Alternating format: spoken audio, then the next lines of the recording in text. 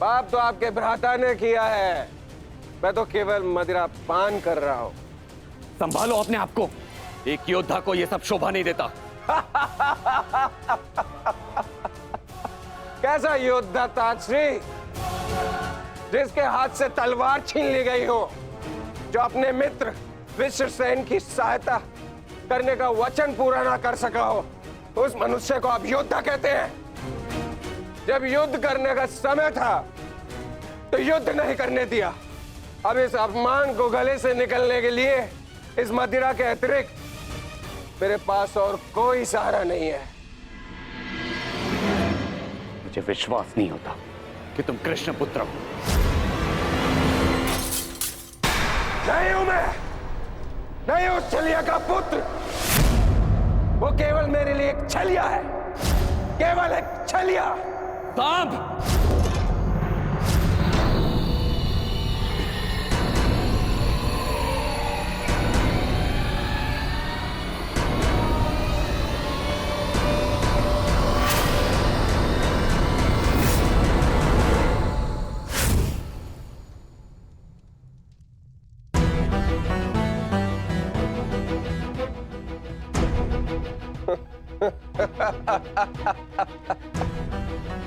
आइए आइए आइए द्वारिकाधीश, आइए। स्वागत है आपका, स्वागत है। लौट आए आप।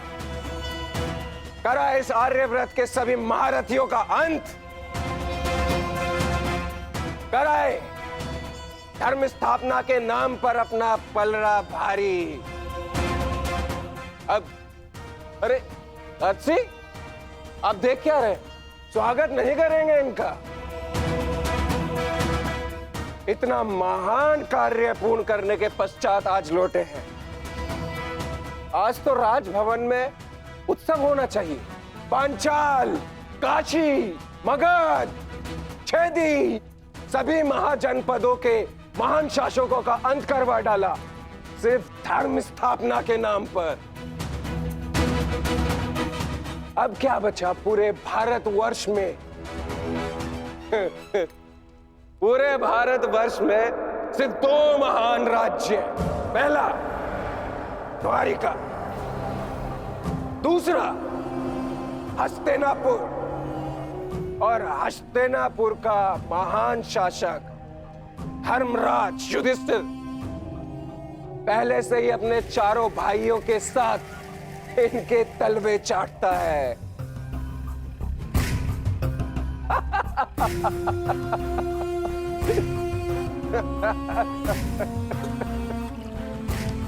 बधाई हो, बधाई हो वासुदेव, बधाई हो। आप अपने उद्देश्य में सफल हुए, जीत गया द्वारिका महाभारत। परंतु आपने भी मूल्य कुछ कम नहीं चुकाया। हमारी 7 औक्षणी सेना का अंत करवा दिया। क्या मिला आपको हमारे वीर सैनिकों का अंत करवा कर? क्यों किया आपने?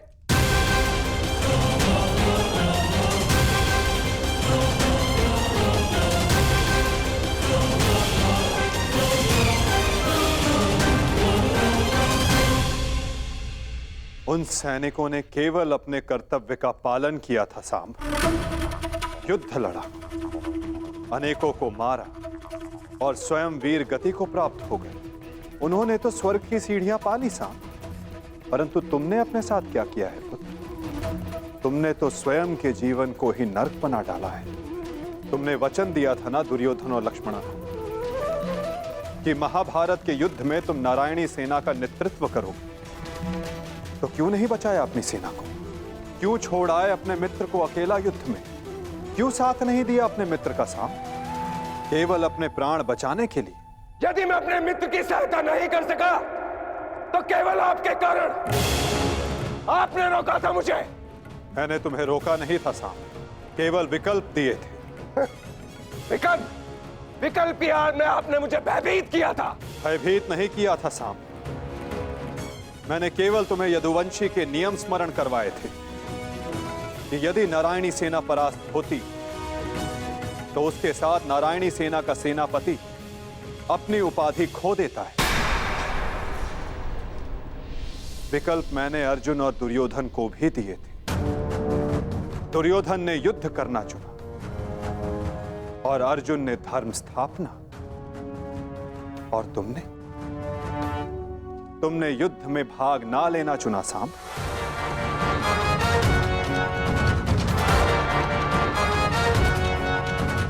कदाचित यदि तुमने अपने मित्र वीर ऋषसेन को उस युद्ध में प्रदर्शन करते देखा होता, तब तुम्हें ज्ञात होता कि वीरता की वास्तविक परिभाषा क्या होती है सांब। यदि तुमने अपने प्राण उस युद्ध में गवा दिए होते तो आज मेरा सर गर्व से ऊंचा होता, किंतु नहीं। तुम तो मदिरा के मद में स्वयं के जीवन को धीरे धीरे करके मार रहे हो। लज्जा आती है तुम पर सांब, लज्जा आती है।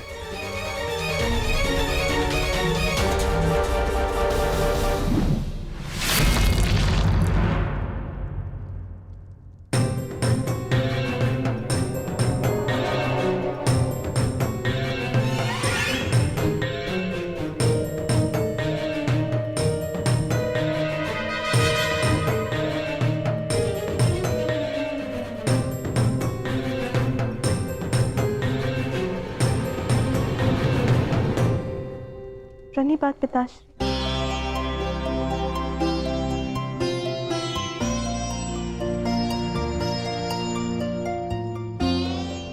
पिताश्री मैं क्षमा। लक्ष्मणा, इतनी लंबी यात्रा से आया हूं पुत्री, भोजन नहीं कराओगी?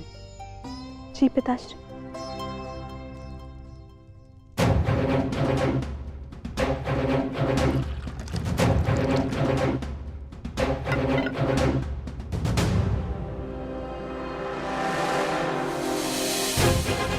तुमने वचन दिया था ना दुर्योधन और लक्ष्मणा कि महाभारत के युद्ध में तुम नारायणी सेना का नेतृत्व करोगे। क्यों छोड़ आए अपने मित्र को अकेला युद्ध में? क्यों साथ नहीं दिया अपने मित्र का सांब?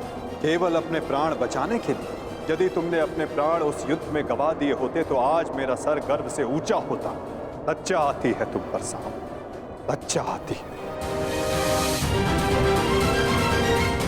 अपने क्रोध को शांत करो सांब। कैसे करूं मैं खुद को शांत? पिता होकर सदैव मेरा मस्तक दूसरों के सामने झुकाता है, और आज भी तो यही किया उन्होंने। लाओ, मुझे दो मित्र।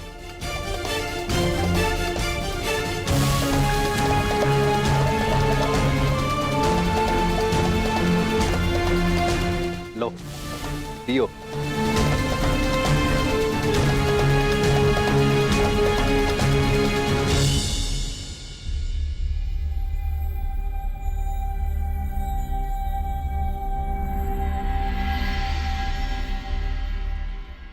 भोजन आराम कीजिए पिताश्री।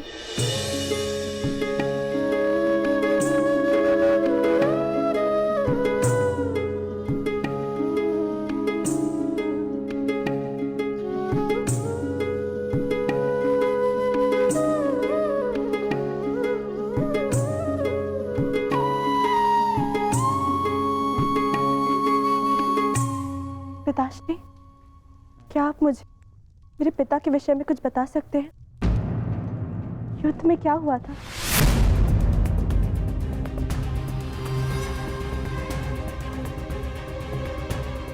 निसंदेह तुम्हारे पिता एक वीर और कुशल योद्धा थे पुत्र, और उन्होंने युद्ध में अलौकिक साहस दिखाया। निश्चित रूप से तुम्हारे पिता से बड़ा गदाधारी इस संसार में और कोई नहीं था पुत्री।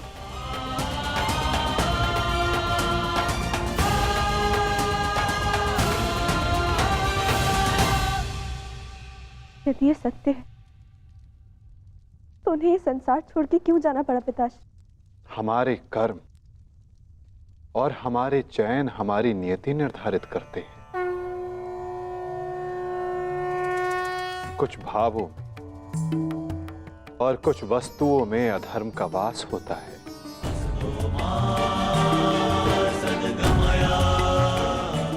जैसे कि जुआ और मदिरा, ये व्यसन पहले लुभाते हैं और बाद में हमारे ही नाश का कारण बन जाते हैं पुत्री।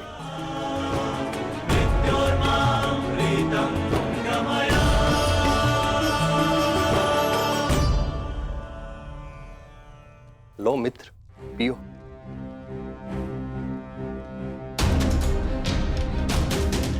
मैं जानता हूं कि तुम बहुत दुखी हो, किंतु चिंता मत करो, तुम्हारे मनोरंजन का प्रबंध कर दिया है मैंने। कैसा मनोरंजन?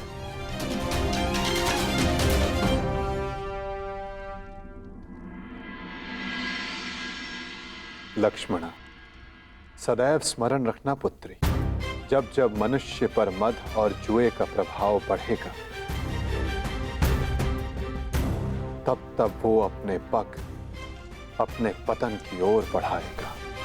संभल कर मित्र, आज का विनोद तुम्हारे मन की सारी कड़वाहट बाहर कर ले जाएगा।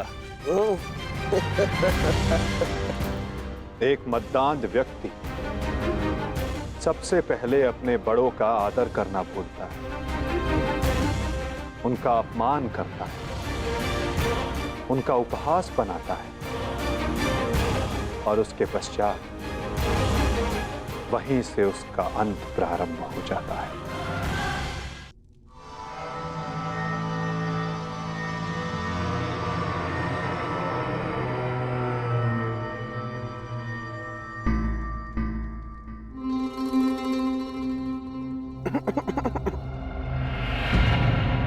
तो आप हैं महान ऋषि, सुना है महात्मा कि आप भविष्य बता सकते हैं। बड़ी प्रशंसा सुनी है आपकी। क्या जानना चाहते हो? यदि ये सत्य है तो बताइए कि इस रमणी को आगे चलकर क्या होगा, पुत्र या पुत्री?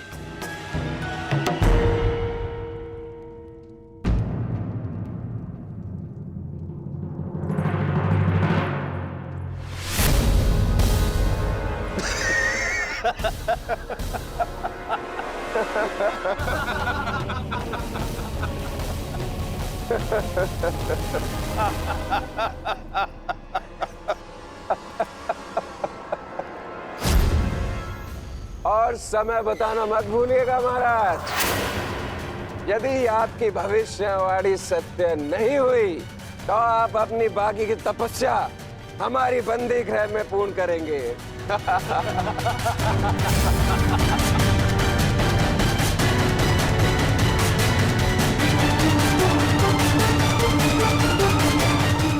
कौन क्यों है महाराज?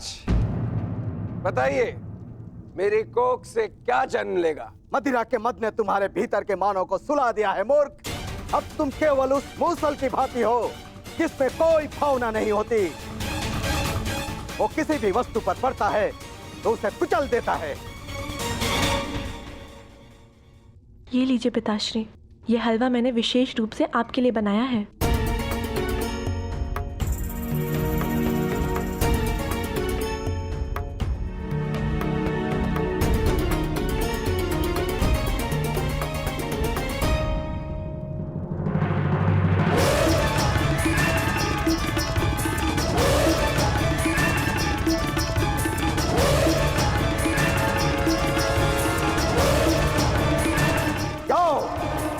से ठीक एक सप्ताह के पश्चात तुम्हारे पेट से मूसल ही उत्पन्न होगा जो तुम्हारे वंश के विनाश का कारण बनेगा। जिस मदिरा के मद में तुमने मेरा अपमान करना चाहा, वो मदिरा तुम्हारे नाश का कारण बनेगी।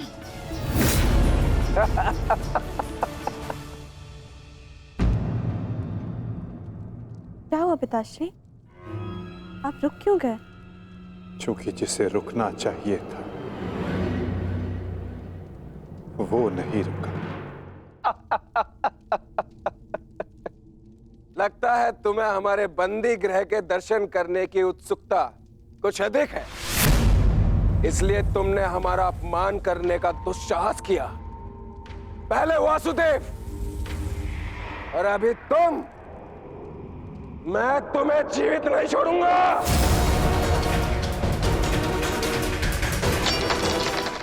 अरे ये क्या कर रहे हो मित्र? शांत हो जाओ और इनसे क्षमा मांगो। ताकि अपना श्राप वापस ले ले। ये क्या कह रहे हो तुम? इस पाखंडी से क्षमा मांगू? ये एक पाखंडी है। भला कभी किसी पुरुष के कोख से कुछ जन्मते हुए देखा है? ऐसे ढोंगी साधु से डरने की कोई आवश्यकता नहीं।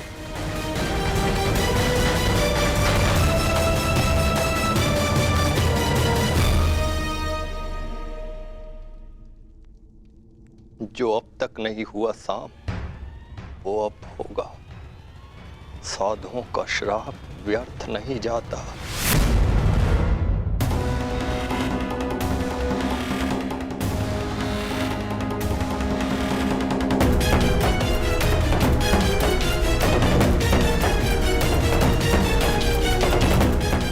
मुझे क्षमा करना पुत्री। कदाचित मैं तुम्हें कह सकता सदा सौभाग्यवती भव।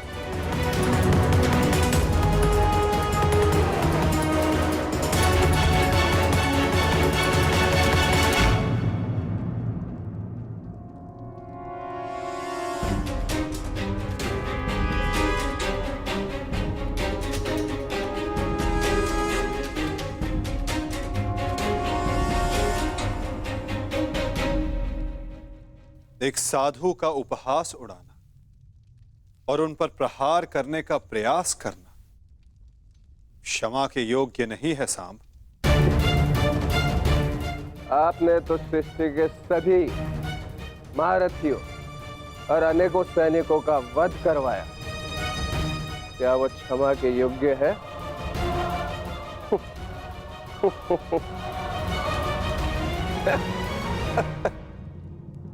कृतिवर्मा, तुम्हारी उपस्थिति में यह सब हुआ और तुमने सांब को रोकने का प्रयास नहीं किया। क्षमा चाहता हूं वासुदेव। हम तो केवल विनोद करना चाहते थे। मुझे अनुमान भी नहीं था कि बात इतनी आगे तक बढ़ जाएगी।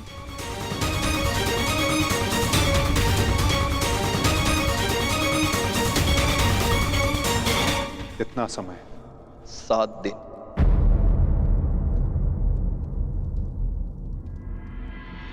सात दिन बाद